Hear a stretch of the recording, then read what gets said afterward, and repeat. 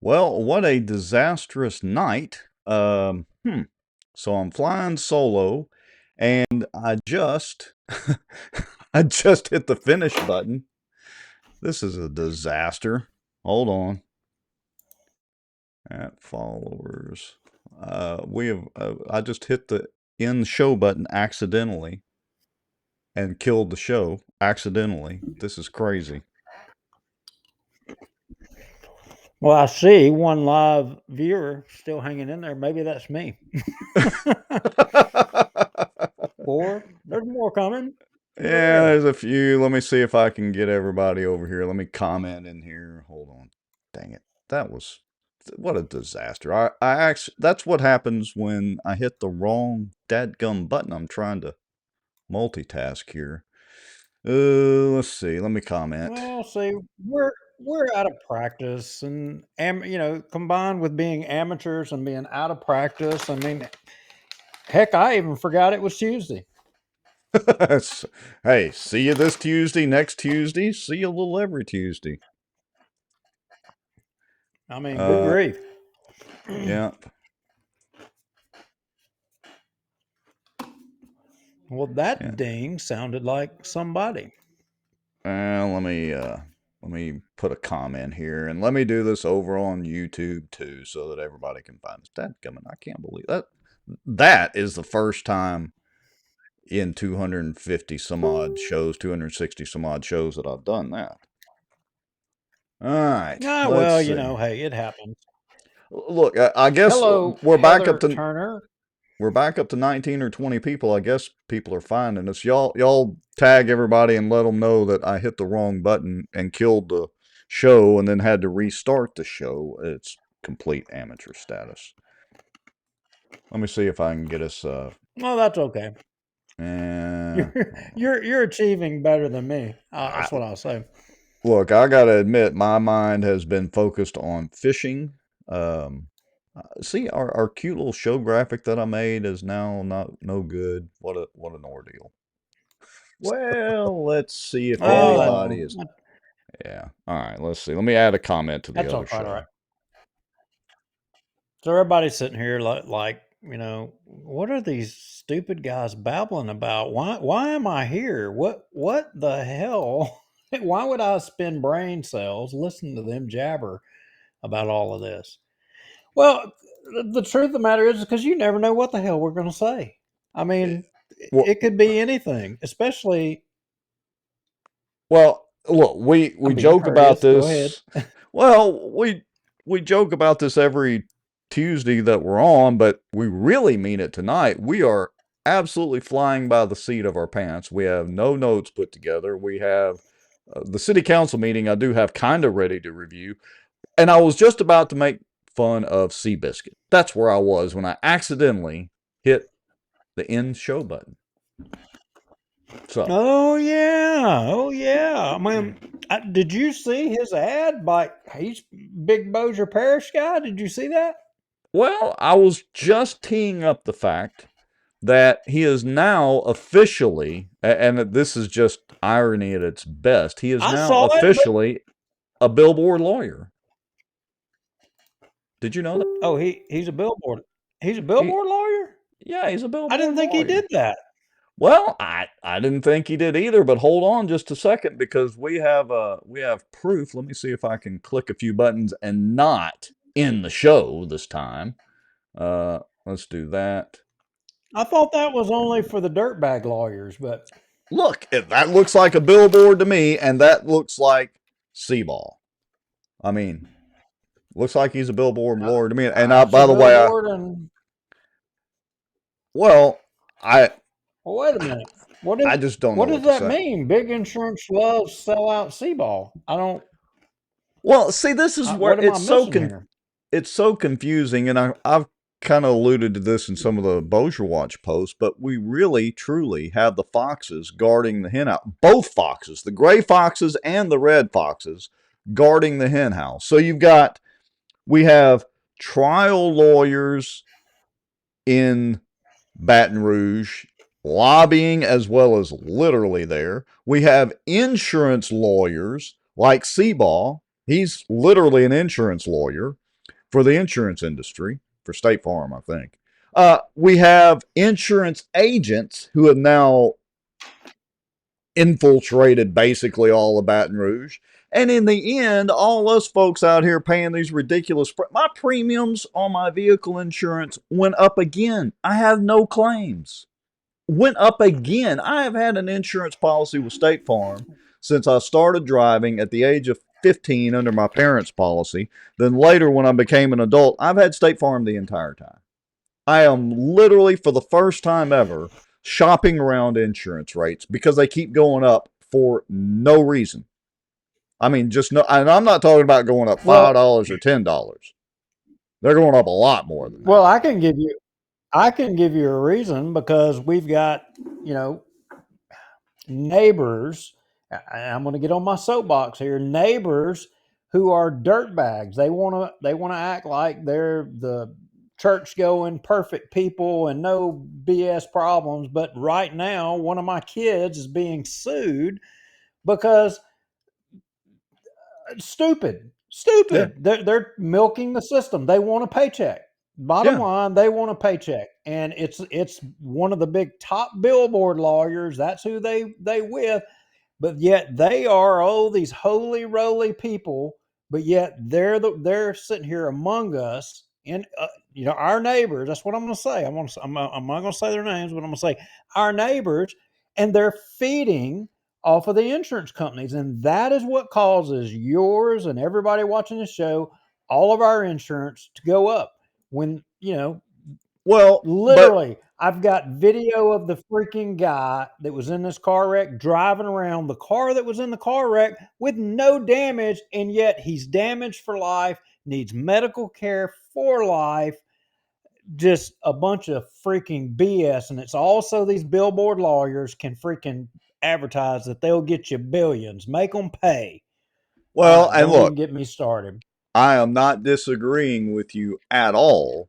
The only place you and I differ is you lean on the billboard lawyer side, and I don't disagree with you. I lean more towards the big insurance side and, lawyers like Seaball defending the insurance companies and the insurance agents.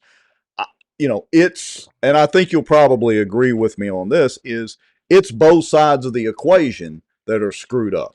The billboard lawyers are Oh, no absolutely at doubt. fault, and the insurance companies themselves are just raking in the dollars. And meanwhile, we're stuck legally having to pay. This is like not optional. This isn't something, oh, well, I don't have to have this.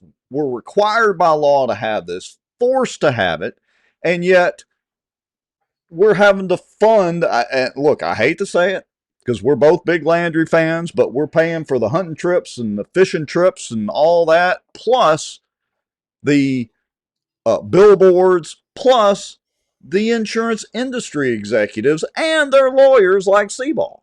So I'm putting the blame on Well, everybody. I am still, week after week after well, week, I am still disgusted.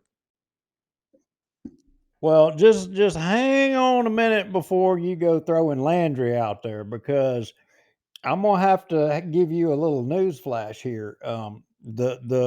The shiny gold on Landry ain't shining so much for me right now. It's a little tarnished, and Uh-oh. but Do I, tell. I got to tell you a story. I got to tell I got to tell you a story. So you remember back in these days, you remember back when I ran for House District 8, right? For the Right. legislature. Yes, sir. Had all these grandiose ideas. I'm going to go down there and I'm going to change the state, right? Yeah, okay. Anyway, so you have to go and volunteer for campaigns and do things, and I did that. I was down south, and I was volunteering with this group called the Homeschool Kids. Their family didn't want to put them in public school. They didn't like the fact that you didn't have uh, i- religious base or church base or whatever. They didn't like the way public school was, so they homeschooled their kids. And Right. these kids were really, I mean, these kids were sharp as a tack, and they were real heavy faith based, right? Mm-hmm. So we're driving down the interstate, and I'm going and I'm walking and door knocking with this. It's a team of kids that would go all over to different campaigns across the state to support life, pro conservative, limited government candidates, right? And so we're driving Right.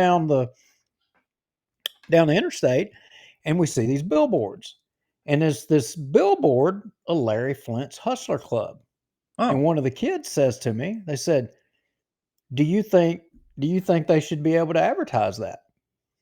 And I said, well, "What do you mean? What do you think it's right that they're able to advertise, on those billboards and do that?" And I was like, "Well, I've never really thought about it." You know, I said, I guess probably they. I mean, what reason do they not have to advertise? I mean, what law are they breaking, or what would say that they couldn't do that? And they said, "I'm glad to hear you say that." And I was shocked. I was like, Mhm.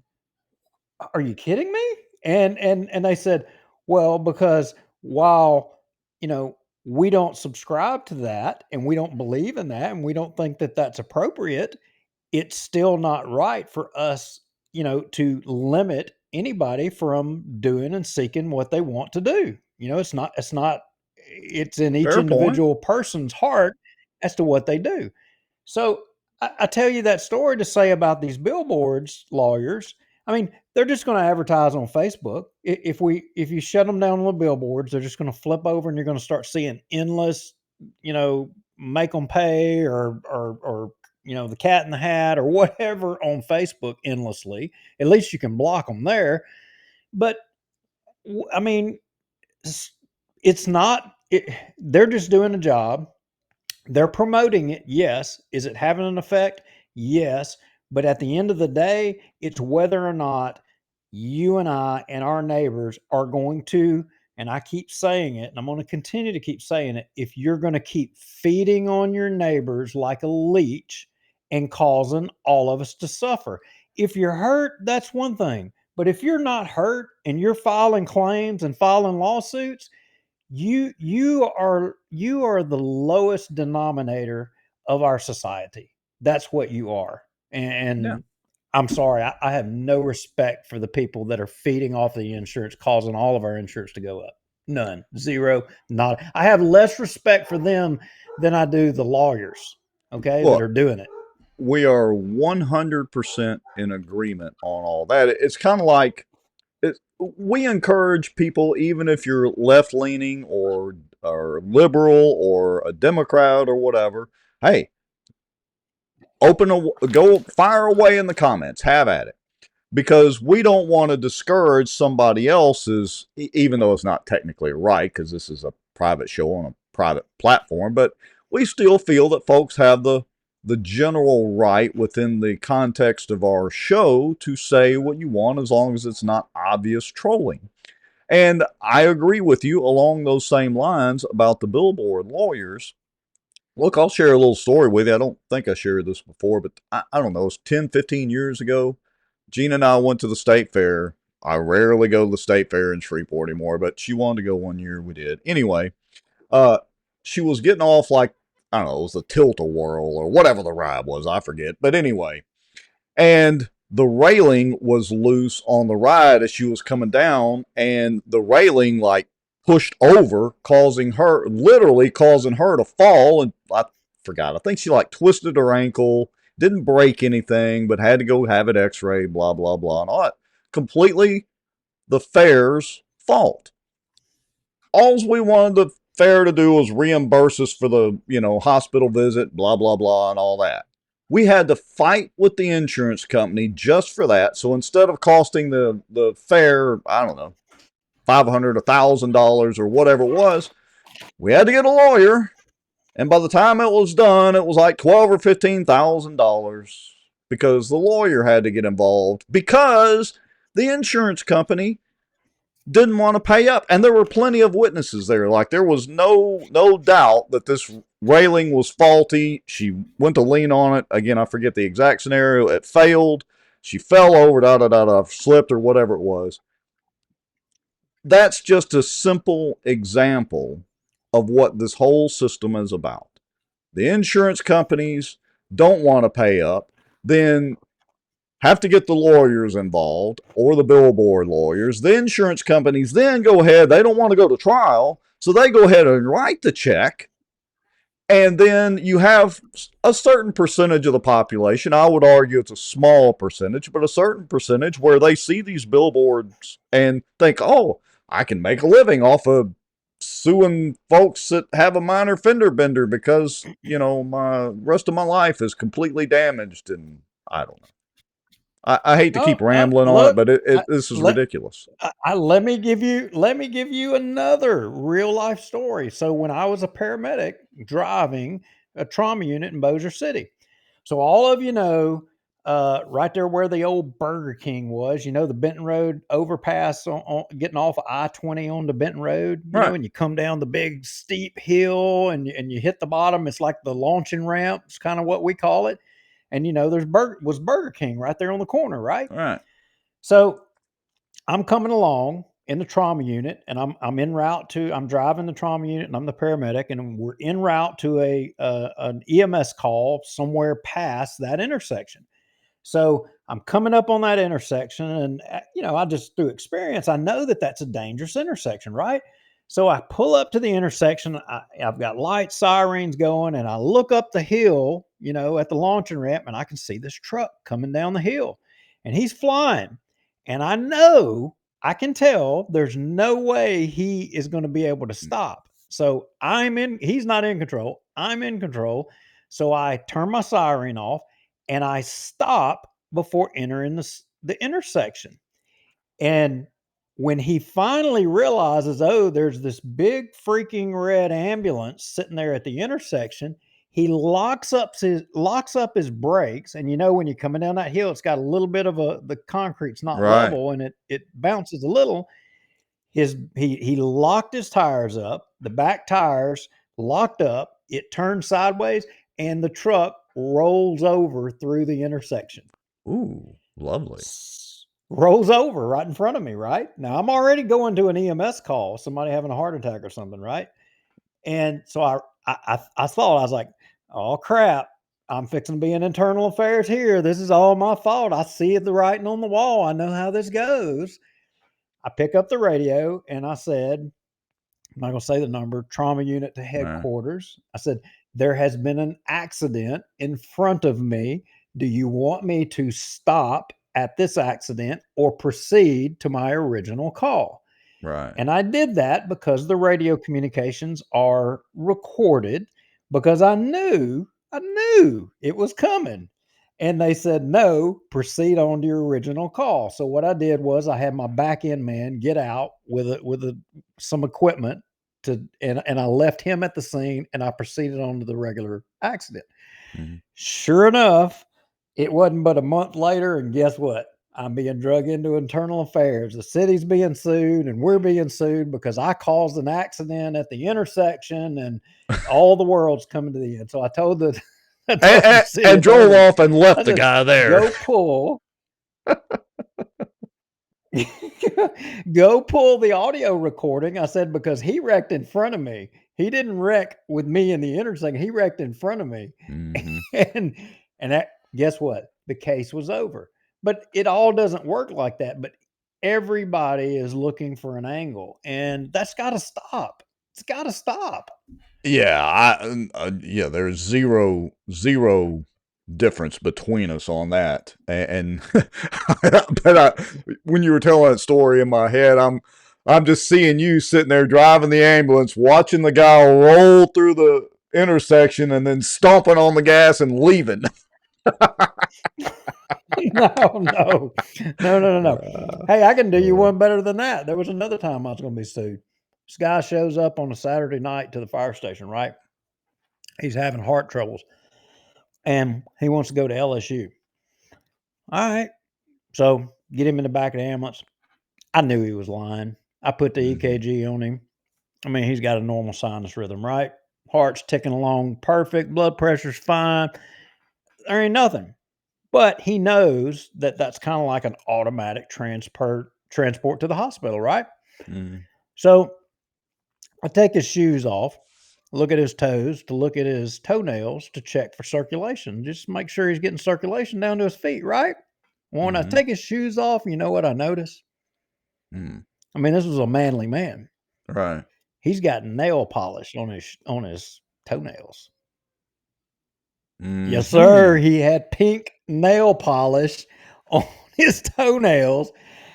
And I mean, look, I'm not being judging, you know. I mean, but I'm telling you a story here. I swear to you on the Bible that this happened. So I knew he was full of it. I knew he was full of it. And I said, man, I said, look, I said, I know you ain't really wanting to go to the hospital. I said, I know you're just looking for a ride to get over there by LSU. I said, just save me the trouble of having to do this paperwork and just tell me where you want to go, and I'll just take you over there. And we won't even have to go into the emergency room. We'll just take you down. It will save you time and me time. Just where do you want to go? Well, I actually want to go about a block down, and you know that'd be good. That sounds good to me. And I was like, all right, get out of my ambulance. Wait, what? I was like, get out. I'm refusing service. Wow. Early Uber service. How did we know that we could that's a new one on me. Instead of calling Uber, I should just go try to get an ambulance ride. All right. So why not? Why not? So Miss Did I call John somebody Glover sissy?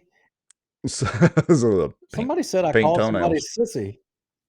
Miss John Glover says, "Is this the right show?" We really don't know what show this is, Miss Glover. I mean, we've got the Bossier Watch logo and all that, but as usual, it's amateur hour.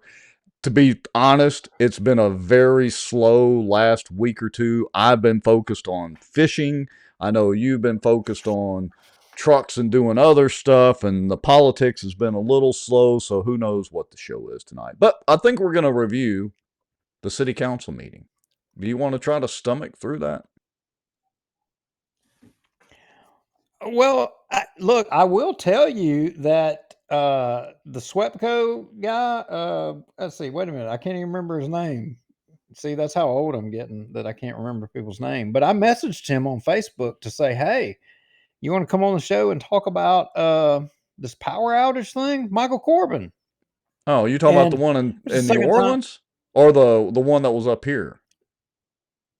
Well, that one too, and I don't care if there's any of you, you know, left wing pro green energy lunatics. If y'all want to come on the show and tell me how all these solar panels and windmills are not contributing to these power outages, by all means, I would love to hear it. I'm dying to hear how this is helping the situation, because Well, frankly, I think that has a lot to do with this. So we were sent a message with the I guess they did a rolling blackout type scenario down around, was it around New Orleans, Baton Rouge? Somebody correct me in the comments. Oh yeah, it was North Shore. Okay. Now, apparently this was a different power grid consortium or whatever they call those things. It wasn't the SPP or whatever. I think we're at the southern tip of the spear, so to speak, with that group that Swepco belongs to. But anyway, and yeah, I was looking at some of the charts real quick before the show, and the solar and the wind are actually a relatively small part of the total power grid. Looks like the nuclear and of course the coal fired and all that is pretty good. And hey, I still want these personal home nuclear reactors for everybody. I won't have to order my battery backup system and bigger battery pack if I can get a home nuclear reactor. So, I see. Whispering sweet nothings in your ear. Well, she's reporting that she's only seeing you, not seeing me. I can see you. Here, but when you click on it, it goes to Hold on. Hold on. Let me go double check. Technical difficulties. Oh, okay. So I think what's going on is that's hung up in the original show before you hit end, and yeah. So go to y'all's. Yeah, that's not live. Tell Kara I hit the wrong button. Rex was trying to burnish our amateur journalist resumes. He hit the wrong button and hit end show. So there may be a fake show out there. There is a fake Bossier watch. You'll know it's fake because it's only Rex. It excludes me. See, I was Anyway, trying to okay, go. sorry, I where was were trying to we? go. I was trying to go on without you, and you know. All right. Okay. So. I know. Okay. Yep. All right. Cassie says she sees us. Val can see us. Ann can see us both. And Wes says the nuclear plant in St. Francisville shut itself down over the weekend due to an equipment failure. Fail safe. Well,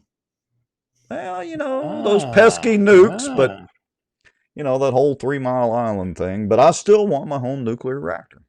I'm going to keep saying that until we get them one of these days. All right. Oh yeah.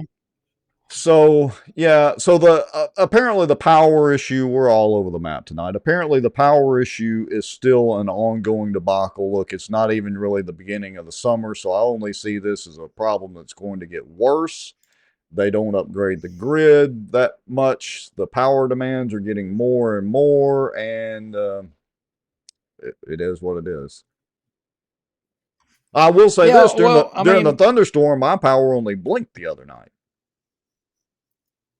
Well, yeah, that's right. But I go back to our show where I don't historically recall us ever having as many problems with, loss of power as what we're having these days. I mean, we always used to hear about that being out on the left coast, but now it seems to be that it's a common occurrence here locally. And, you know, SWEPCO was at the council meeting, and as I appreciate it, they made another meeting, but I wasn't able to watch that one. And Chris Smith was uh, basically uh, carrying the banner for oversight on SWEPCO because from my opinion, my viewpoint, I mean, he was pressing Michael Corbin the most on it and challenging him on the why things went the way that it went. And um, that's what it's about. And hat tip to him that you need to demand those questions and stuff. But at the end of the day, I don't know that we really still do have an answer on why this happened in Bossier. It shouldn't have happened in Bossier. As far as I know, I mean, we've all seen and of course we did the transcribed version of the broadcast with Foster Campbell. They certainly didn't say why there. I mean, they kind of alluded to it, but they really didn't get down to the nuts and bolts. I think they over planned and under delivered. I've seen no reasoning for this recent shutdown down south. Again, different power grid or different part of the grid. But they still haven't given us any definitive answers. Heck, maybe they don't know. I don't know. Who knows? All right. Speaking of that, I'm going to go ahead and switch over screens. And we'll just get on through this. All right. So this is last week's city council meeting. Joey Herman says, nice sunny day, power out for 6 hours. Yeah, that's right. Yeah. All right. I did just timestamp I think it's when Michael Corbin comes up. I didn't watch that part of the city council meeting, so I guess we'll get through it. Do we want to try to go through the apartment complex, or you want to hit the Corbin stuff first? Doesn't matter to me. Since we're talking about it, I guess we can go ahead and hit the Corbin stuff. All right. Well, let's. I'm going to hit play. Well, not right there. Well, okay. I thought that was correct. Hold on just a second. Again, amateur status. I thought that was correct. Let me search for it again. Okay. All right, here we go. Carries. Reports. Michael Corbin, SWEPCO, concerning the April 26th emergency load shed event. Michael, did you come up here without any security to Bossier? Well, actually, I'm just here to fill up a couple gallon jugs with water to take it back across the river, if that's okay. Take some water back to Shreveport with you. Michael Corbin, External Affairs Manager for SWEPCO in Louisiana. And it's always a pleasure to be in the chamber and get to visit with you. What I wanted to do today is just go over a little bit about the two events that happened in April, and then have a chance to answer any questions that you may have. I previously emailed you some background information on the events, some links to press conferences and things like that. So be thinking about your questions as I'm going through this. As an investor-owned utility, SWEPCO is required by federal law, by the Federal Energy Regulatory Commission, commonly known as FERC, to be a member of a regional transmission organization. We are a member of Southwest Power Pool based in Little Rock, Arkansas. They control the utility grid, 14 states, from the Canadian border to the southernmost area in Louisiana of SWEPCO's service area, which would be around the Leesville, DeRidder area. Their charge by FERC is to maintain the grid, maintain the balance in the grid, so there are no issues. They also do what's called a day-ahead market. So as utilities, we bid in our generation facilities and what the cost per megawatt is of those facilities. And they make the decision that tomorrow, based on load predictions, weather forecast, number of other things, here's the generators we want running tomorrow. Be ready to run them, utilities. We also, as utilities, have to do maintenance on our generators and our transmission lines. So we schedule those outages with Southwest Power Pool well ahead. They approve them and work that into their model. So let's fast forward to April. April 2nd, we had the first emergency load shed event. Load shed. Weather was pretty nice here. There were storms going through Oklahoma, and a transmission line came down during those storms. SPP called, identified an area in SWEPCO's service area that included a large part of eastern Bossier and Houghton, and ordered us to immediately shed load, which is, we use the word unprecedented every time there's a storm. We don't take that order lightly, and this is only the third, this would be the second time in recent history that we've had to do a load shed event. Power was out. That impacted approximately 24,000 customers from 2:28 in the afternoon. The last customers came back on about 4:59 p.m. So with my Benton math, that's go ahead and a little stop over it. 2. Yeah, because we all kind of know this part. Wait a minute. Did he just say by Benton math? Was he slighting Benton people? Did he just say by Benton math? Hey, he may have, I guess. Oh, didn't even catch that. Yeah, he did. Hold on, let me back it up. Let's see. So with my Benton math, that's a little over 2 hours. Oh, yeah, he did. On Saturday. What's wrong with Benton? What's SWEPCO got against Benton? Well, I mean, his math was better than some of the apartment complex folks' math. And I just want to point out while we're sitting here that these guys that you see sitting here. Wait a minute. Benton's power didn't go out. Yeah, that's right. Benton's power didn't go out. So, now I know what he meant. Benton math. Okay. Yeah, Benton math. I just want to point out that this is an hour into the city council meeting, and these guys are still waiting for their handout. And that, by the way, is Link Coleman. You know, Link Coleman that basically made the city council look like fools many years ago. They're waiting patiently for something, I guess. I don't know. Maybe they're waiting to hear if their apartment complexes and real estate property holdings will continue to have good, reliable power from SWEPCO in the grid. Maybe they're looking for some Benton math too. I don't know. It sounds like it. Yeah. All right, here we go. April 26th, beautiful blue sky day. We get a phone call that we have to shed 140 megawatts of load. No advance notice of that. No weather issues that we were aware of, but it ultimately impacted about 30,000 customers. Power went out at 3:29. And still, I got to point out, they haven't said why.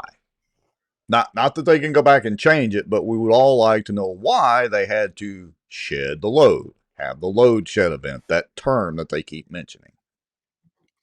The last customers came back on at 8:07 p.m.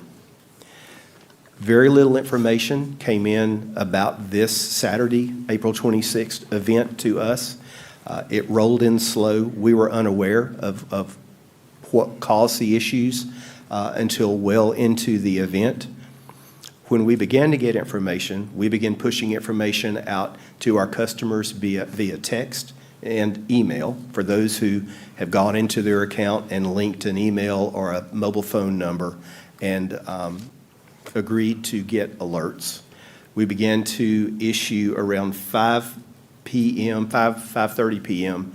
media releases. We updated our website, and then we were able to pass information on to you as things were occurring. Again, they didn't, I mean, not that any of us are, geniuses in electricity and providing, power at the grid level, but I don't remember them saying anything except they had to shed load. That's all they've said. I mean, it's like they're trying to rhyme with shed road out there. I don't know. Did you hear an actual explanation? Ever? Actually, I'm texting Michael Corbin right now on Facebook saying we are showing your comments at the Bossier City Council meeting now. And here's the link for you to address public questions. Oh, yeah. So there we go. So for all y'all watching, I mean, in real time, I mean, I'm giving them the opportunity. I mean, Chris Smith did a good job of hitting them with questions and stuff, but I mean, they should receive more straight questions. Is it because of all this green energy crap? That's what I want to know. Is that affecting things? Well, and the reason that he said, well, I was just going to point out that when you say the green energy crap, clarify that. And what I mean by that is, because look, I'm certainly no tree hugger, but hey, solar power is fine. Wind power is fine. You want to kill some eagles, that's great too, I guess, because that's what the windmills do. And then you have to have somewhere to bury those blasted things. But I'm not opposed to nuclear power. I'm not opposed to solar power. I'm not even opposed to the wind turbines and all that. But I don't think that they're the second coming of the, of the I don't new consider energy nuclear. thing. Nuclear's not green. Nuclear's not green. It is. That's If like it leaks yellow. out of there, you don't That's bright remember. yellow. No. It's green. You don't remember. What was that movie? Oh, Modern Problems with Chevy Chase. Back in the day, that was like a late 70s, early 80s movie. Modern Problems with Chevy Chase. Has anybody ever seen Modern Problems? It was green. The nuclear stuff is always green. You're watching that goofy crap. I'm watching Tales of Chernobyl and stuff. I mean, it wasn't no green about it. Everything was dead. Well, either way, what I mean by that is well, green to me is those damn windmills spinning up there, chopping up all the birds, and the tree huggers ain't nowhere to be found for the birds. I mean, where's Greenpeace? They're lost in the ocean or some crap. Well, and then you got all these solar panels, and the solar panels are getting beat up by the hailstorm, and that crap don't last. I mean, all right, but here's what I want to know. And so here's what I want you to clarify. Okay. When we put the blame on the green energy, we're not saying that they're putting the solar farms online and that is, detracting power from the grid. We're saying it's not adding enough power to the grid to keep up with the increased demand, and that combined with the age of the grid and all that, it's not able to keep up, where they should be investing in new coal plants, new natural gas plants, new nuclear plants, whatever, Okay, to be able to okay, keep up. okay, So okay. clarify for I us. gotta stop you. All right. I gotta stop you. I gotta stop you. Okay. How many people have been down Benton Road and you see the train running south on Benton Road and it's got all these damn cars that they just a ton of cars coming down. It looks like it's got all this dirt piled up in the back of it, right? Right. Well, you know where they're coming from? They're coming from Wyoming.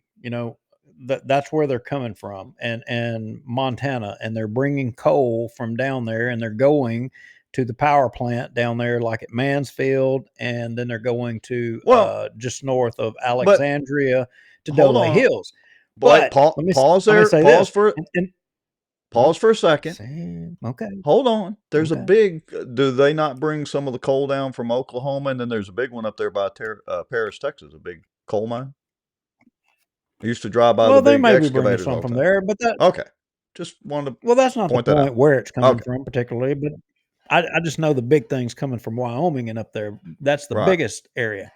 But the point is we're bringing all this coal, and that's why I want Corbin on, because this is what I believe is happening. This is what I believe is happening. Yeah, Paul Johnson, Delray Hills plant is closed. Yeah, because they're rolling back, burning, you know, coal and all that crap. Hell, they were even burning tires down there, waste tires that were chewed up and ground up at one time. They're Right. burning waste tires in there to generate electricity. But I think through the federal regulation, they mandated that these companies have to have a certain percentage of their generated electricity by way of quote unquote green energy. Hence, these solar farms. That's why we've got a couple of them in Caddo Parish. So I'm thinking that the unreliability of the green energy thing, when you across all of these electrical things, when you have a failure, whether it be storms in Oklahoma or Texas or Louisiana or in Arkansas, and the demand is outpacing the supply, you're going to have more of these outlets. And let's just face it, a coal fired power plant, it don't matter if a freaking tornado's coming through there, that dude's going to still be ginning, and the nuclear as well. But the solar farm and the windmills, dude, no, them things are going to We've go down all like at the snap of a finger. we've all seen the video of the tornado hitting the windmill and just shredding it. And that was pretty interesting. All right. So, and thank you for And the clarifying that, solar because farm that got hail damage and uh, all of that. I mean, the solar farms ain't no better. right. So that's why I wanted you to clarify, because I know that, I'm not against solar. And like I said, I'm not against windmills either per se. I just, they're not going to be able to supply, I don't think, the demand that we're having, combined with the apparent refusal, and maybe Michael Corbin could correct me on this, of the power companies to update the grid, which means replacing power lines. I mean, you just make a drive through Bossier and you can see, I mean, heck, I can look down my street and some of these poles are, um, leaning. Some of the lines are not in good shape. I mean, it just looks like it's been here since, been here for a few decades. Anyway, I digress. So, let's continue on with Corbin here for a second. The only other time in recent memory there's been any load shed events for SWEPCO was a couple of years ago during Winter Storm Uri. We had advance notice of that. Southwest Power Pool began to post advisory. One more pause. When did they start naming winter storms? I don't remember this a few decades ago, like they named the winter storms or the blizzards. Anyway. As things were melting down in ERCOT in Texas and in some other areas of the country.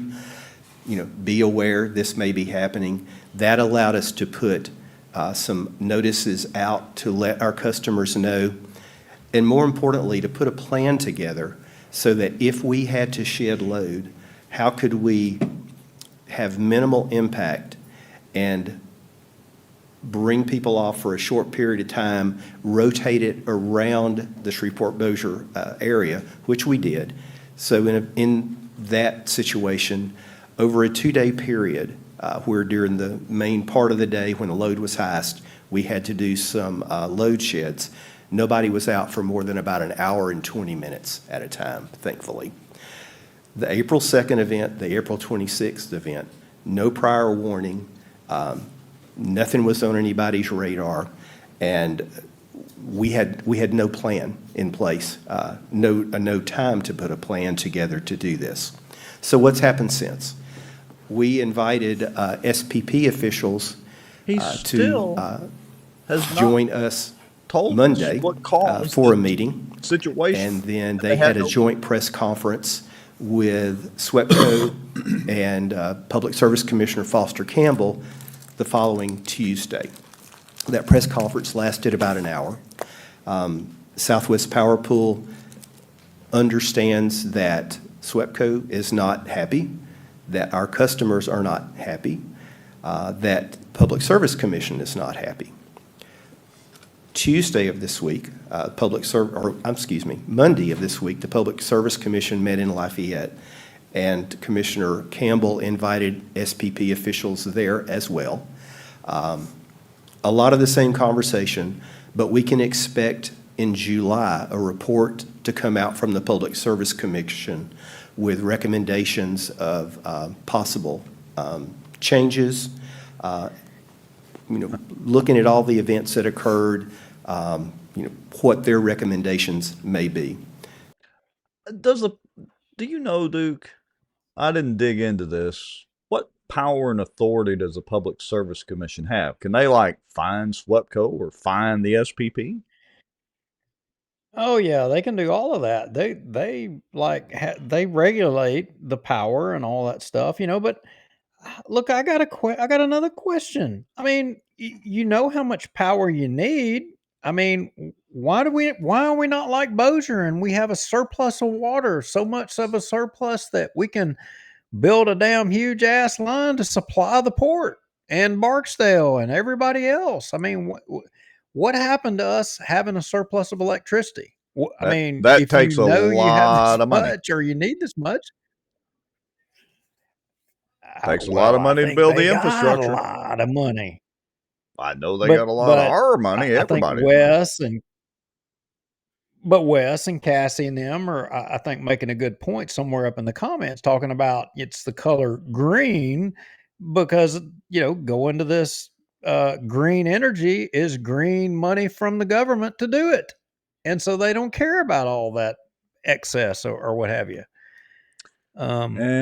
Maybe. May very well have a valid point. Rather than the money flowing, well, I don't know. I'm torn between because SWEPCO is, they're making money. They've got margins. And look, businesses have a right to make money, blah, blah, blah. I'm a capitalist too. But it just seems to me like this is as screwed up as the insurance situation is. Because, and there's nothing that us common folks can do about it except for bitch and raise hell about it and, do a podcast on Tuesday nights and talk about it and try to solve everything from our armchair quarterback situations. But again, I'm going back to he still hasn't said what actually caused it. Why did they have a sudden event that they just couldn't plan for and the SPP called them and said, hey, you got to push the power out button? Why?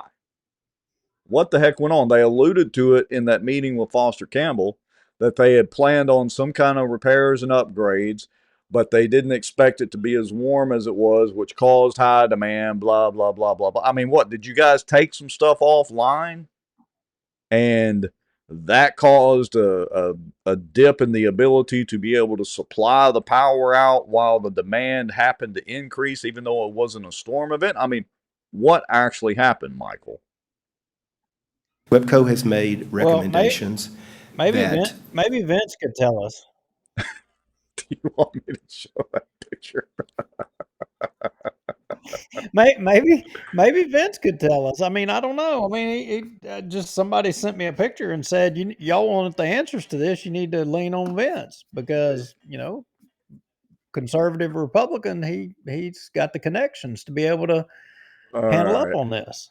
All right, hold on. So y'all may be wondering what the heck Vince Maggio has to do with. Let me do a little doctoring of that picture just a second. You may wonder what Vince Maggio has to do with this. I mean, did you hear While we're Vince talking not going at it about? Did you not hear Vince going on and on about the SWEPCO stuff here at this council meeting when they started talking? Well, he was right in the middle of all the apartment complex people. He wasn't doing the talking, but his name was mentioned about 40 times. All right, hold on. Nobody could get a word in edgewise from what I could see. Let's see. Let's get billboard lawyer Seaball off of there, and let's pull Vince up. Oh, look, is that a Foster Campbell sign down there? I thought Vince was a devout Republican, and Foster, as best I remember, is a Democrat.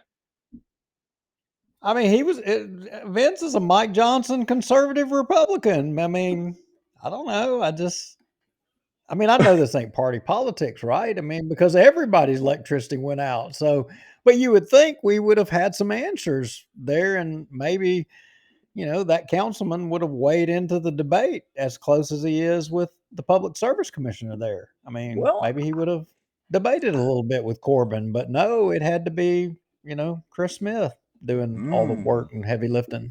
All right, let's get on and see what happens.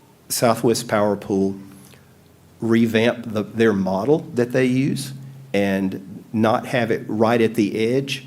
We understand the importance of saving customers as much money as possible, but there's got to be some reserve power out there if the temperature goes up a few degrees or predicted rain doesn't come in, and that's exactly what happened in part of the service area on the 26th. So I will stop it right there because I know you've heard a lot of this already via email or if you've watched any of the other coverage, and just answer any questions that you may have. All right, here we go. Fire away. Yes, sir. Mr. President, if you don't mind, under federal guidelines, what is the maximum time that y'all can, when you're doing a load shed, that y'all can have somebody, is it an hour and a half before y'all have to start moving that shed around? There is no guideline, and it's for a variety of reasons. In this particular instance, on April 26th, it was a voltage issue on the east side of our service area.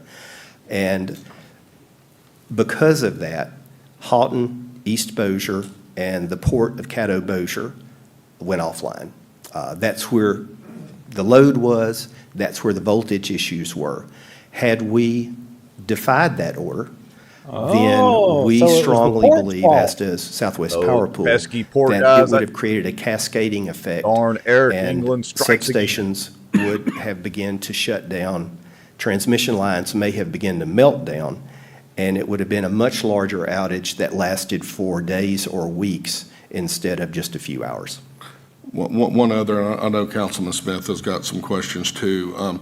Can we expect this again this summer? I mean, it's already 93 degrees outside today. We don't see an indication of it. I mean, but I got to point out, he didn't see any indication of the one when they had to shut everybody down either. He didn't see that one coming. He just said that. Yeah, that's right. We can count on y'all to give us a heads up. Yeah. Of course, in Corbin's defense, and I don't know him from Adam, I mean, what was he going to say? Yes, Mr. Hammonds, we actually expect rolling blackouts to be a regularly occurring event all into the summer. It's going to be really hot this year, so y'all are going to do without your power. We can't predict it. We don't know when they're coming. We're just going to shut you off.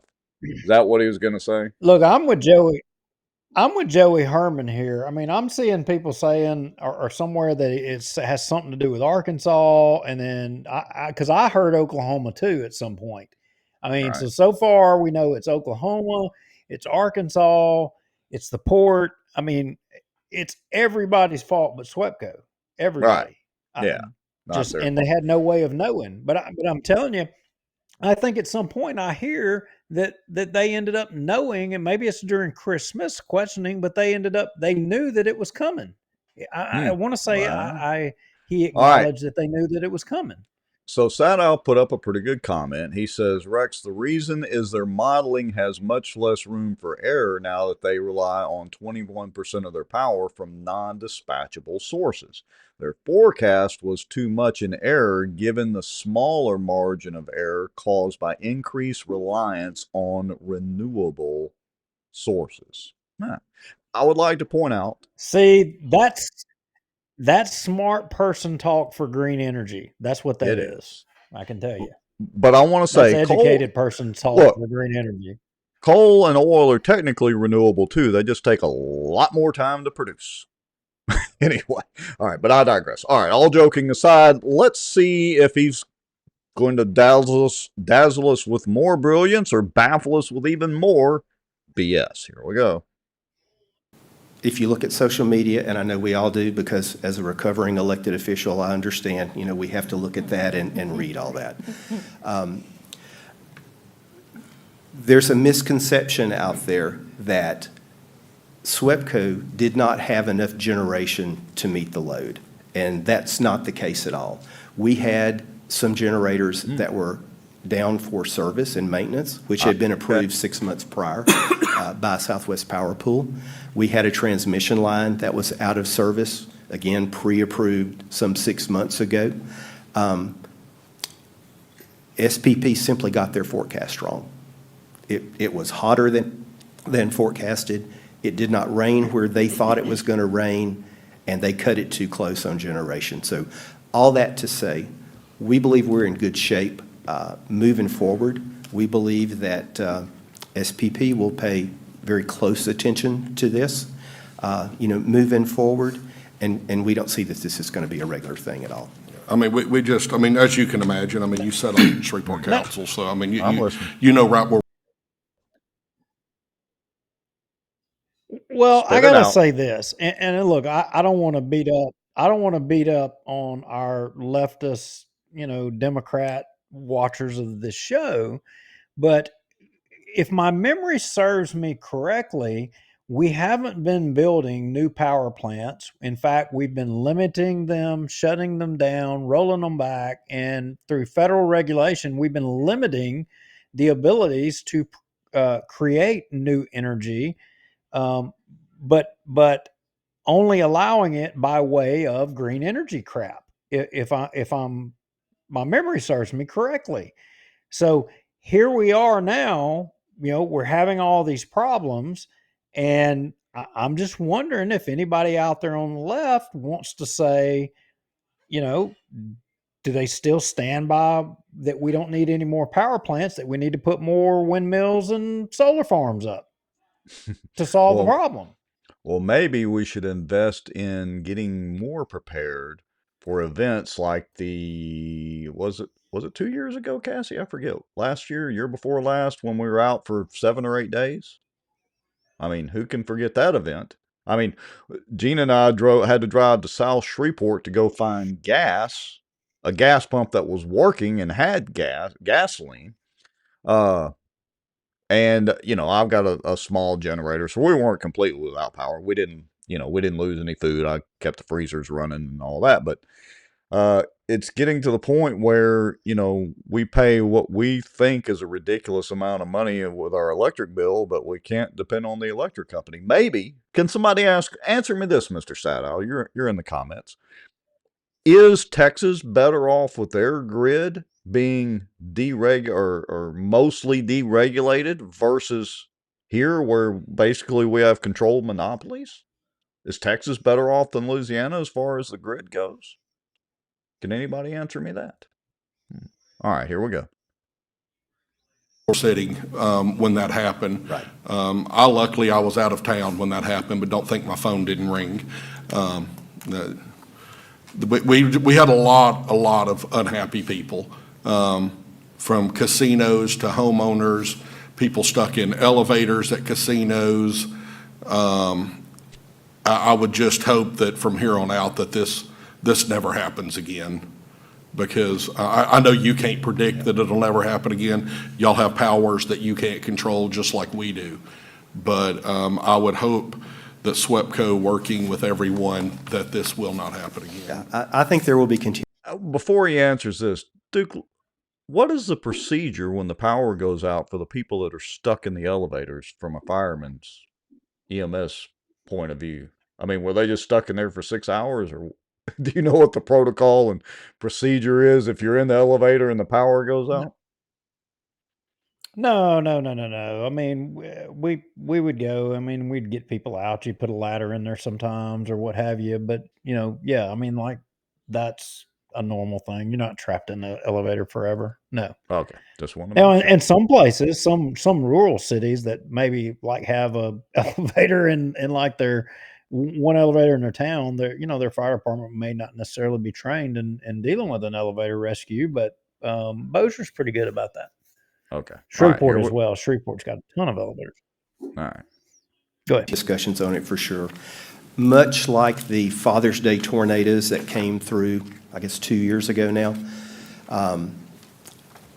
it highlights the need for backup generation at certain critical facilities so that we don't get people stuck in elevators and we don't jeopardize those who need our help most. And so I'm sure that some of those conversations will happen again. I got a number of phone calls as well. And, people say, well, why don't you just turn on another generator?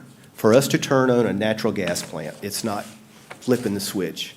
It takes 14 to 24 hours to bring a cold plant back up where it can start generating power.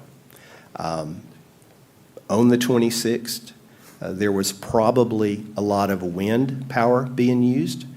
I don't know what impact that may or may not have had, but what we talk about with our congressional delegation, every time we're in DC, dispatchable generation is what we need more of. And I think that current administration hears that message, and you'll see some announcements about that soon. Well, I'm actually glad to hear. Well, one more, would that be, I know it's going through in Baton Rouge right now. I don't know where it is. I don't know if it's made it out of committee or what, on the nuclear power plant. What would that do for y'all?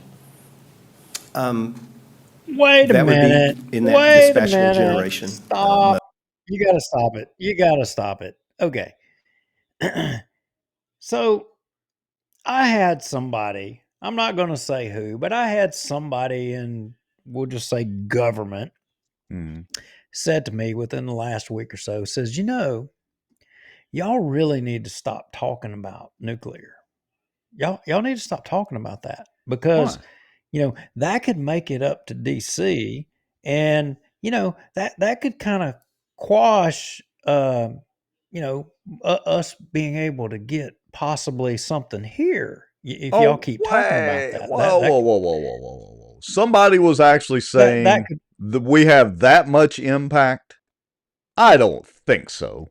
Magic Mike does not listen to us at all. No, I don't think they were trying to burnish our ego. I don't think that was the point of it. But what they were trying to say, and I get it, that the DOD and people they talk about what's going on social media, what are people talking about, and they try to be sneaky and stuff like that. I get that, and I respect that.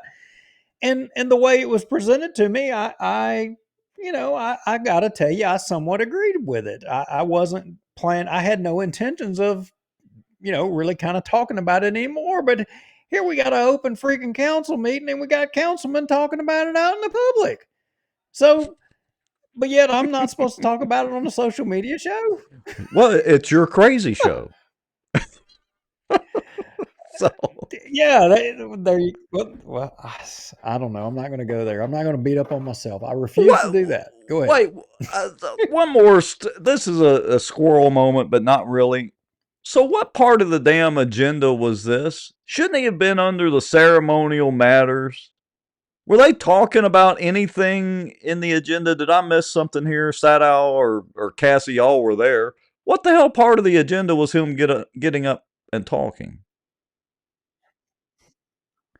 And he's been I well over don't 3 know. minutes. Well, I- yeah, well over it. Well, this was after the the front row boys trying to get their They're patiently waiting for their bills handout. reduced. Yeah.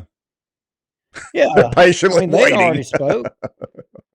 Yeah, well, it Corbin was came supposed up to be. there afterwards. I mean, Yeah, but all right, I digress. Let's trudge through this. Here we go. And small nuclear is nothing like the 3 Mile Islands that some of us remember. It's a much smaller, compact unit, much safer. That is the future for all electric utilities. I think that we will continue to see coal plants retired. For us in Louisiana, certainly natural gas is a big part of what we do. Natural gas burns clean, so that's a good thing. But when all the technology's in place, I believe we'll see a lot more nuclear. Thank you, Michael. Appreciate it. I have a few questions, Mr. President. And as a former city councilman, you know exactly what it's like. I mean, we have no real oversight of SWEPCO. Right. But we're a partner with SWEPCO. We serve the same constituents. But when this happens, we're the easiest local elected officials to get a hold of, so they call us first. How many They're a partner with generation facilities went down at one time for the scheduled maintenance? We had one generating facility that was 100% down and one that had one of the generators down. Again, that had been pre-approved 6 months ago. In November, Yeah, correct? and again, this was not a SWEPCO issue. This was power that was coming in on transmission lines for the SWEPCO area, which it's difficult to understand. And our SWEPCO president, Brett Madison, likes to use the example, if you use your body, your heart is the generator, and transmission lines are the arteries, and the capillaries and other veins that are coming are what you see out in the neighborhoods, the distribution lines. And if those arteries are cut off or jeopardized, everything else shuts down. And that's really what happened in both of these events for us. So SWEPCO has natural gas generation facilities, and you also have, don't you have basically 18-wheeler size portable generators that you can hook up to a substation? When SPP approved your maintenance in November for April, why was there not a plan to use natural gas generation back then? Because I get it takes 24 hours, but if we would have planned for it in November, that wouldn't have been an issue. So why did we leave that step out? There is portable generation that can be taken to a substation. It would have taken longer to transport that and get that where it needed to be than what the outage actually lasted. But if we would have said in November, we're going to take this generation facility down and work there on you these go. transmission lines, so we're going to supplement Yep. with portable, and that plan was already in place, time wouldn't have mattered because it would have already been there. I mean, is it not normal to be extra prepared? Utilities routinely take generation facilities offline. Somebody dropped the crystal ball in Little Rock this time, and they didn't see what was coming. I mean, we would not put a portable power plant in place anticipating this to happen because we wouldn't know where it was going to happen, and our generators that were offline had little or nothing to do with where the issues occurred in the grid. So, and on that point, and correct me if I'm wrong, but the difference in degrees that they forecasted was 6 degrees. Now, to me, that doesn't sound like a lot. SWEPCO maintains that that's an astronomical amount of difference. What are we doing to have better forecasting models? Is that SPP? Is that SWEPCO? Right, and again, So wait a minute. Now, most weathermen will tell you when you try to forecast anything more than a few days to a week out, it's a crapshoot. Now, yeah, they can look at some of the temperature trends that are coming up Well, and all that, but he said Little Rock broke their crystal ball, so we got our answer right there. oh, that's that. I stand corrected. There's the reason they dropped the crystal ball. They should have picked up the magic 8 ball and shook that instead of having a crystal ball. I mean, they broke the crystal ball. I mean, that's all I needed to hear. I mean, it's like the Barksdale bubble, right? Yeah, they're great. The inmates are running the asylum. Here we go. We're talking about the larger grid. We're talking about 14 states, not just SWEPCO's grid. Right. SWEPCO just felt the impact of this. And so you said a minute ago that this was only the second time. The first time was the winter storm a couple years ago. Right. And then SPP stated yesterday at the Public Service Commission meeting that they know of no time in history where one utility went down twice in a month. But now SWEPCO's achieved that. And what I'm hearing from representatives from SWEPCO, and I'm hearing from representatives of SPP, is SPP saying it's SWEPCO's fault, SWEPCO saying it's SPP's fault, and the only person that's stuck in all of this is the ratepayer, and they're the ones sitting in the heat or in the cold. They're the ones that are suffering. They're the ones that are paying their electric bill, and they're the ones in the middle of this. Go ahead, Mr. Smith. He said, she said, it's their fault, it's not their fault, I'm not aware of anyone at SPP saying that SWEPCO had any fault in this. I think they have been very upfront Well, they said yesterday with that taking this. SPP said yesterday that this is a local issue and that SWEPCO needs more infrastructure. So that sounds to me that SPP is trying to pass the ball. I believe what he was trying to convey when he said that was that all electric utilities are in a bit of a crunch and need to look at infrastructure, look at additional generation But as we've been additional saying load that for decades. comes in. I don't believe he intended to call out SWEPCO on that. Okay. Because like Bossier City, we run a utility, and we have main breaks, but then when that happens, we are able to get the water right back on, make the repair. Our customers are not out of water for extended amounts of time, and if they are, they're quickly notified. I think another issue that Bossier City citizens are having is that the power went off a little after 3, and they didn't know till 5:45. And SPP said yesterday that when they forecast these blackouts, Looks or like I the need to go politically find correct that term, load shedding events, that they try to communicate internally when they know one is imminent. What's their version of imminent? Because 2.5 hours after an event and nobody knows what's going on, that's not adequate communication. Certainly, and I'd mentioned the winter storm a couple years ago. If you look at SPP's website, they have advisories, and it's basically what's the state of the grid. And as things begin to melt down during the winter storm, they kept going to different advisory levels. And certainly they're in contact with us as this is going on. And so that allowed us to, put some plans together to get some communication. We were able to go to the media in that event prior to the event happening and saying, we believe this may be coming, here's what we're going to do. Both the April 2nd and the April 26th event, there was no pre-advisory. There was a phone call, shed power now. And on the first blackout, I'm trying to wrap my mind around how Northwest Louisiana had to shed power because of a storm in Oklahoma.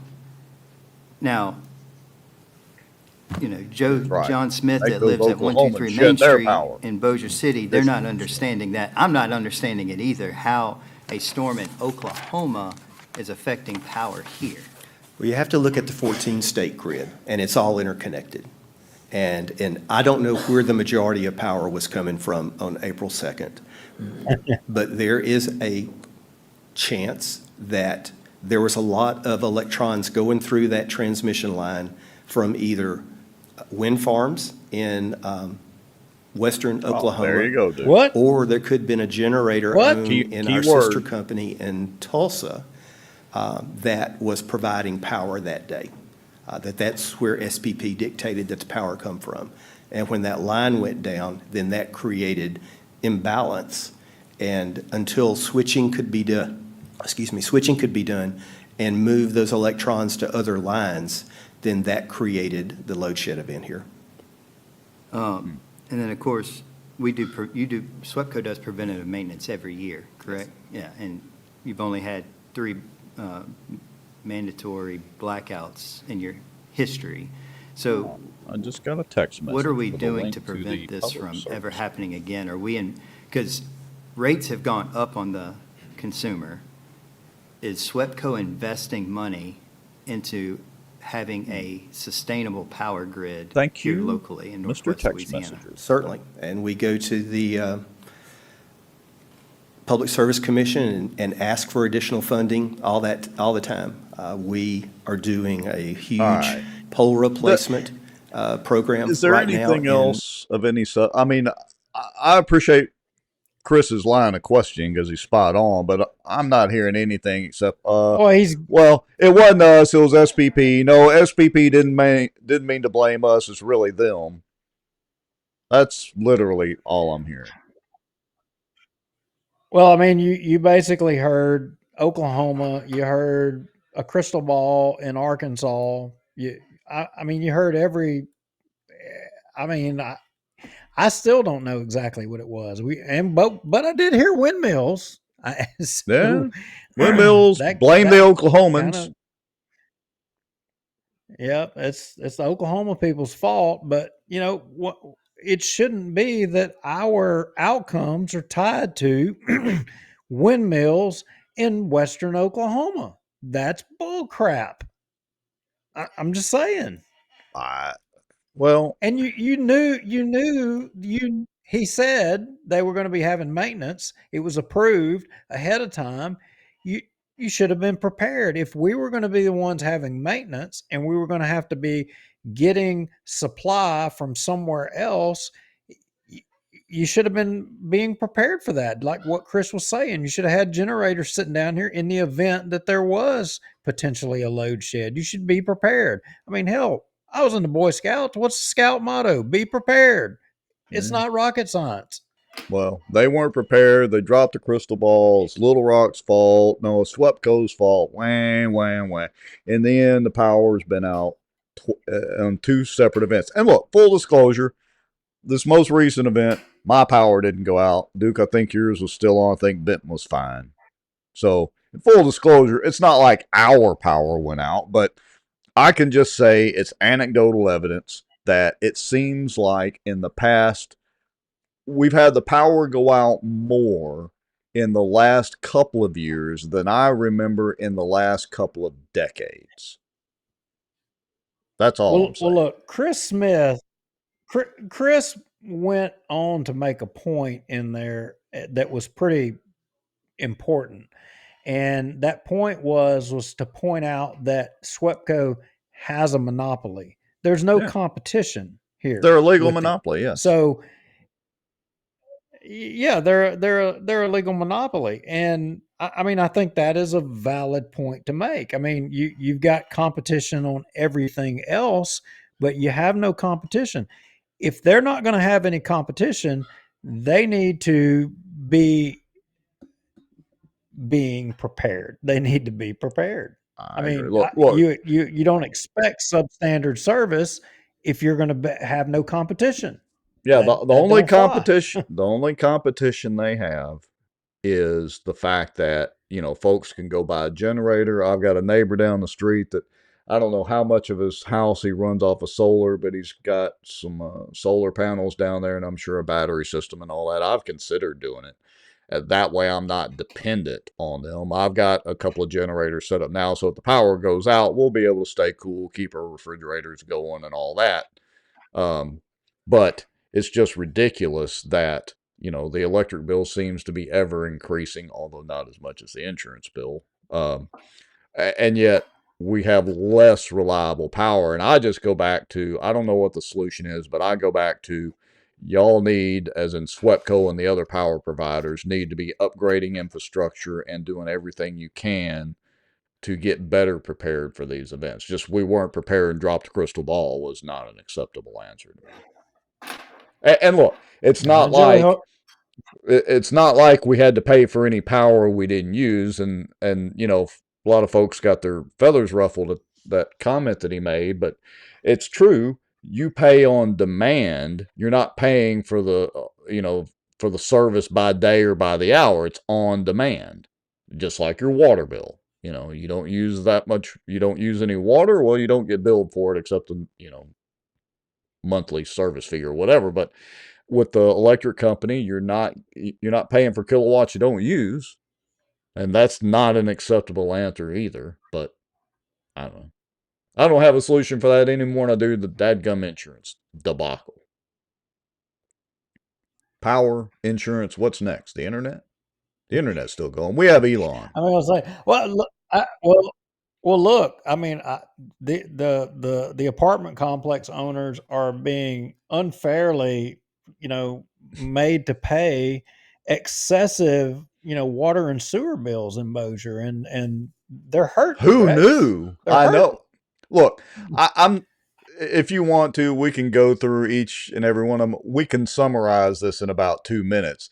Wah, wah, wah, wah. Now, I understand they have a point that the sanitation rates and all that have been increased, but hey, where were you apartment complex managers when we were discussing it on this show at the city council meetings y'all didn't attend? I mean, you can't bitch about that. So instead of putting your hands out, why don't you put your hands back in your pockets and start paying attention to the city council meetings and the agendas and what's going on? All right. So with that said, I was going to say how close a relationship I noted that most of those guys had with Vince Maggio. oh, it was a Vince show. I'm just saying that it sure was a large contingent of Vince Maggio people among those apartment owners. Now, I know Link Coleman's not in the middle of that, and I know Mr. Brown's not in that, but the other ones, that might as well have been Vince Maggio standing out there on the other side of this deal.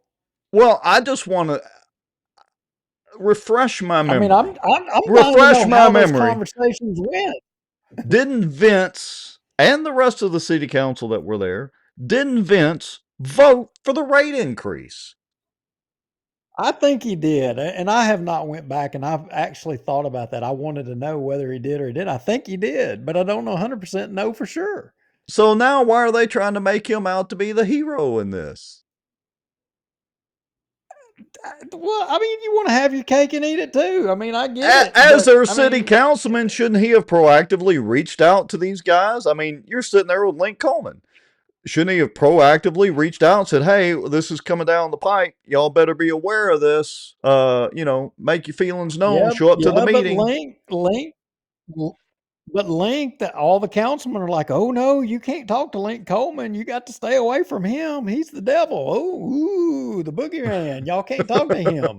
So I'm just curious how the hell Link Coleman ended up here in the mix and all this anyway. That is what is perplexing to me. Well, he was definitely there. As a matter of fact, let's listen to Link. I take that back. Let's go ahead and listen. Let's give Link his due time at the mic here. My name is Link Coleman, the UL Coleman Companies, 207 Milam Street, Shreveport. I'd like to first let me say that none of us as apartment owners are out for a free ride. We're simply asking that we pay the equitable share. And I think, in defense of the city council, I don't think everyone had the opportunity to look at all the numbers and all the... Whoa, Link. You're wrong. David Montgomery, he is literally on the city council. He is also, I think Isn't he some financial guru he's told us about before? He knows numbers. He knows the math. Oh yeah, he'd been to Oh, school for all that. Remember? yeah. Remember So you're he's pointed that out several times. I hate to tell you, Link, but you're wrong. They have had the opportunity to crunch the numbers, and crunch the numbers they did. But you guys didn't pay attention to the meetings. All right, here we go. Of all the fees, and I want to say thank you, first of all, I should have said, to the mayor and the city council for hearing us today. So I appreciate that very much. One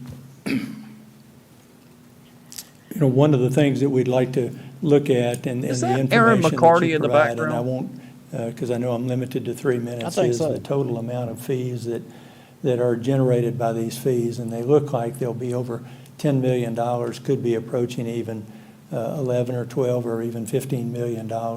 If you look at all the costs that are being generated, our understanding is the city was trying to raise $4.3 million, and that's information that came from Ms. Nottingham. So we, as most of the apartments provide their own separate waste management and disposal. They have separate dumpsters, so that's a non-issue for the city. The results, as have been stated by other people, is that, some of the numbers that I've heard is that as much as a 14,000% increase, of fees for the city of, for these sanitation fees versus what we've been paying. So obviously that's not a sustainable number by any means. The impact on So I this, want to pause most of for a our second residents. there. So correct me if I'm wrong, because again, I've been focused on fishing for about the past week and a half, not really on this debacle. And I did go back and crunch some of the numbers, and some of the numbers that I think Ty Alley was touting would actually be a 14,000% increase, unlike some of the other numbers the other guys touted, which we posted about, weren't. They were only an 1,100 or 1,400% increase, not 14,000. But I think Ty's numbers work out to about 14,000. But here's my question.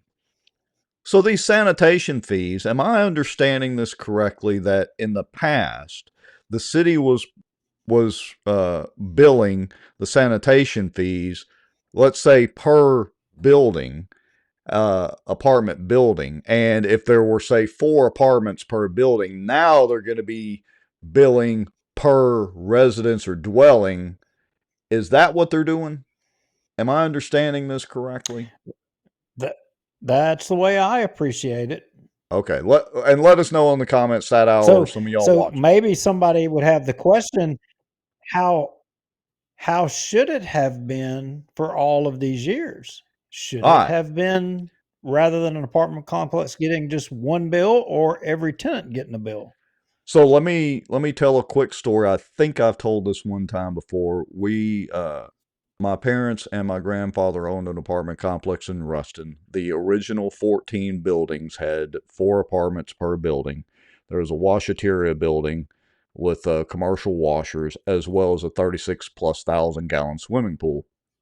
All of that was on one meter, one City of Ruston water meter. That meter was broken for over a decade. And the water bill for the whole entire apartment complex, or those 14 buildings, the newer buildings later had individual meters, was never more than about $100, $125 a month. We had a full washateria down there, and 10 buildings at 40 apartments, plus the swimming pool, plus an in-ground sprinkler system.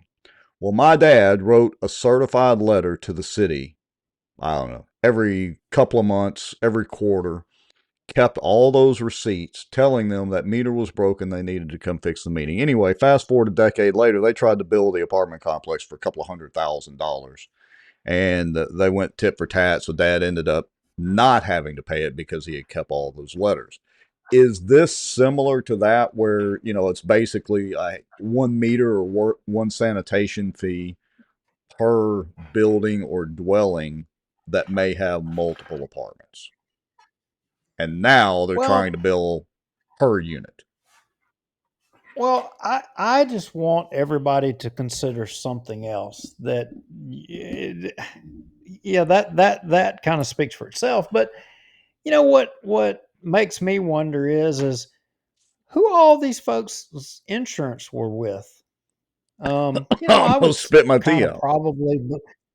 I would kind of probably believe that Link Coleman probably didn't have insurance with, anybody on the Bossier City Council, but I wonder who had insurance, all the others had insurance with, and, just, I, I just wonder where their insurance was. And, maybe they made a change recently, and Man, who knows? very interesting. Who knows? Maybe the I mean, in politics, the thing is, you trade something to get something. I mean, it's like Baton Rouge. I know people who, when they finally discover that how you get things in Baton Rouge is you trade something. It's all, what are you going to give me if you want that? What are you going to give me for that?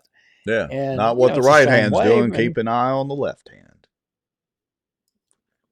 I'm just saying, there's been some communications that say that, some of these folks had interesting insurance. I don't know. Maybe they may not. I would love to know. All right, so Cassie says she heard that day that it is per unit already, and that may be the case, Cassie, or maybe it's the case with some of them. But based on what I'm hearing from some of their testimony here, it's not necessarily per unit, or wasn't per unit. But anyway, let's continue on with Link, because he has an interesting request for the city council on what he thinks they need to do immediately. As you might imagine, are moderate to low-income residents. I mean, we have over, if you look at the demographics of apartments, approximately 60% of the residents in apartments are between 18 and 35. And there are people that are starting their careers. Some have student loans. So they're just not in a position to sustain these enormous fees. $12 a month? Or are we talking $100 a month per apartment or per family or whatever? Are we talking $12? $12 is one Happy Meal. Well, maybe one Whataburger meal, Well, or I one Burger King meal. I got the solution. Reduce their rent. Oh, It ain't that hard. Just there reduce you their go. rent. Yeah. All right. And folks, if it sounds like we're defending the city council, y'all don't act shocked and pass out in your chairs, because we're not defending the city council, but we're also not necessarily defending these guys. All right, here we go. The recommendations that we have, one of the things that I'd like to say is on the EMS fees. I mean, our fees for our company alone, we have over 800 units. And there would be approximately $120,000 of fees by our company. We're already paying about $100,000 of EMS fees. And I don't think that, just like these fees, I don't think the EMS fees had an opportunity. The city councils previously, that was in 2017, I don't think they had a total opportunity to review the mathematics and the impact of all of those and the disproportionate effect on apartments versus single-family owners. Well, is he saying David can't do math? That's basically reading between the Well, lines? Or was he saying Tommy can't do math? Or Vince can't do math? Which ones can't do the math? well, look, as I understand this, I mean, and I think you were trying to get at this earlier, and I'm just wondering what everybody in the comments, what do y'all think? So if these guys were paying, and their tenants in total were like $12 a month per complex, per the whole apartment complex. I mean, or, or $36 Or or per whatever it building, or is, whatever it was, yeah. per building, $36 a month. That's it. Now you at your house, you're paying $36 a month. But now this is per unit. Do you think that's wrong? Do you think that if you've got a apartment complex with 10 separate families in there, I mean, or let's say 12 families, so the same services that you're getting at your residential house, If you live in the apartment, it's only costing you $1 per family if there's 12 families. But you at your house, 36. I don't know. I mean, like Corbin said, I mean, I guess we're working with Benton math here. Here we go. That's an impact, and this Is just, that right? Does people think that's right? I don't know. What do y'all in the comments? Do you think that these apartments should be, $36 per apartment complex total, and every residential house carries the rest of the burden? And not Is just that that, do y'all think that's appropriate?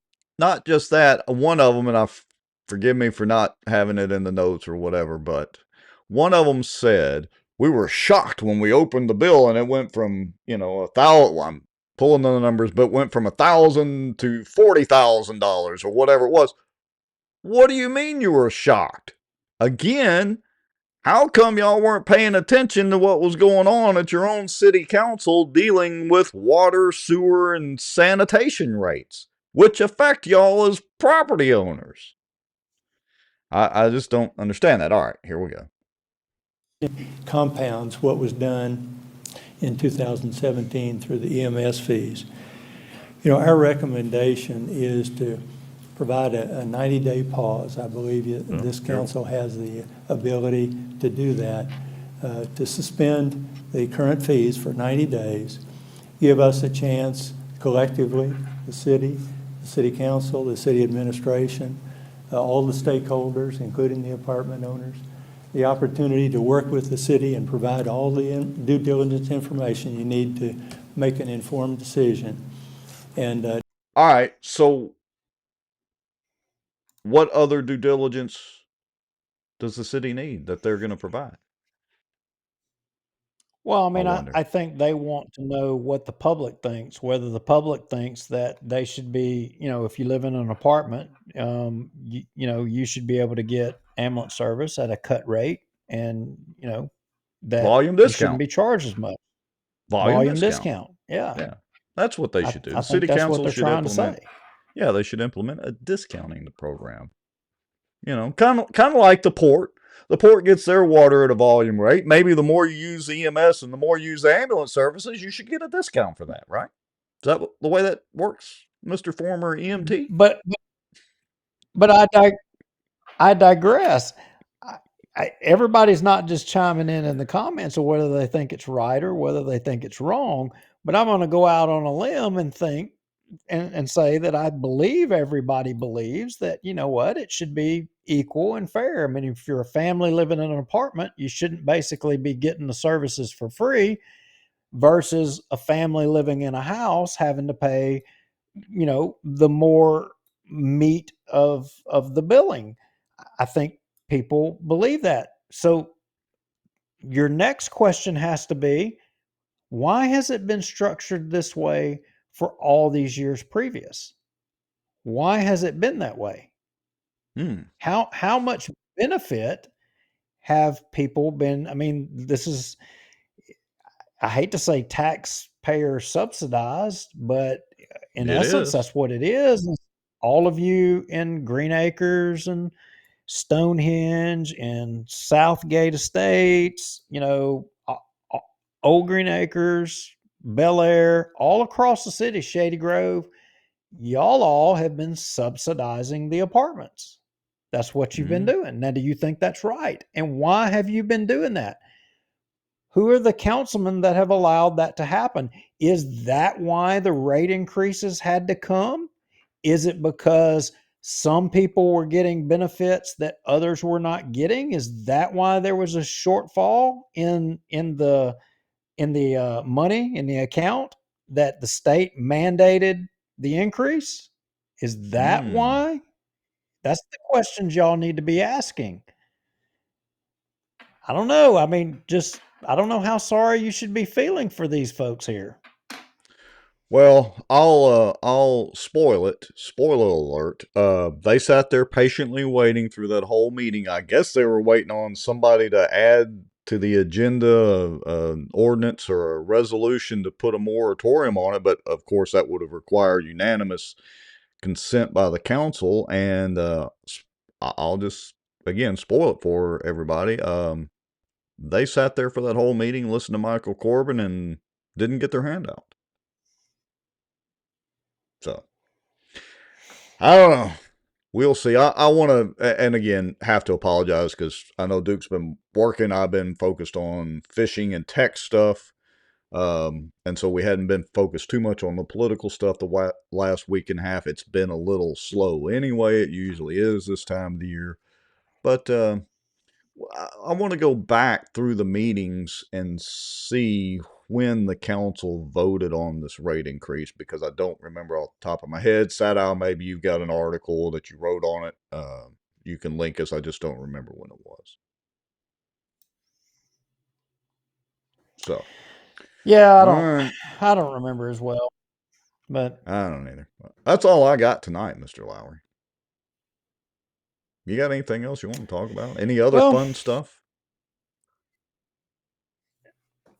you know, hey, I just dropped you something in the comments. You know, I was going up to the farm. I mean, a lot of people been asking me about crawfish this year. Well, I had an unfortunate event. I had a total loss on my crawfish ponds this year.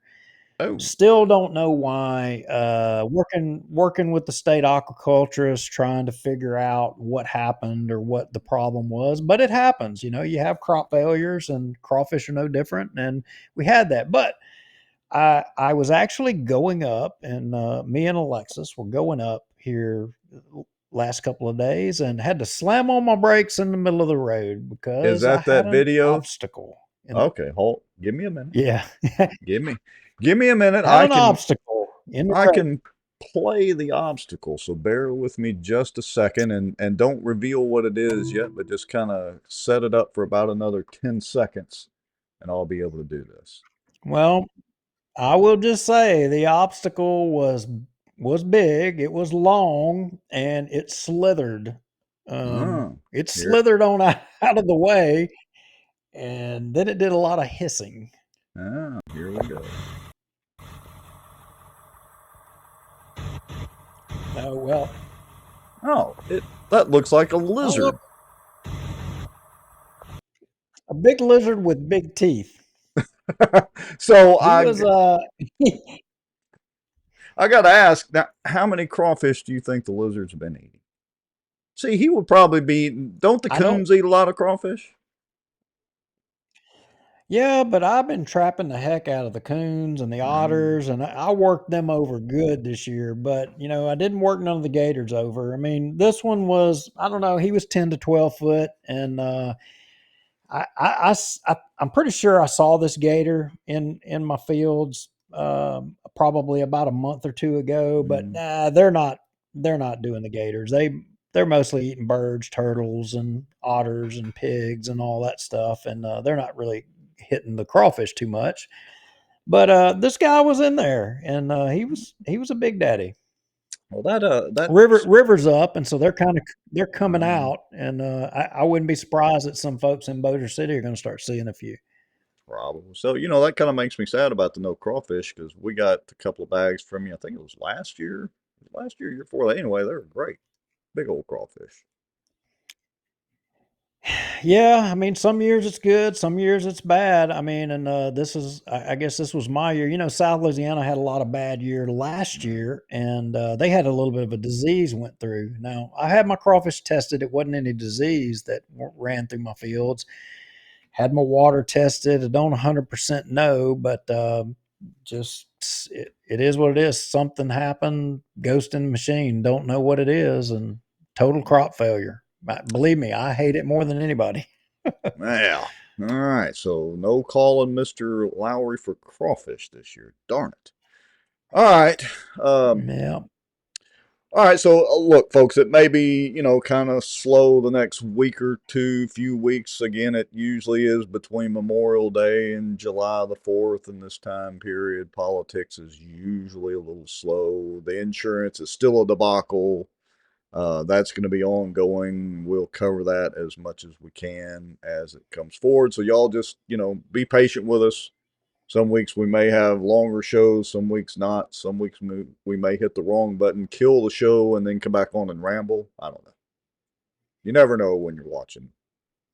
Bossier Watch on Tuesday night. Yep. You never know. So we appreciate all of y'all coming and hanging in here with us, and we'll try to put something good together for next week, assuming the politicians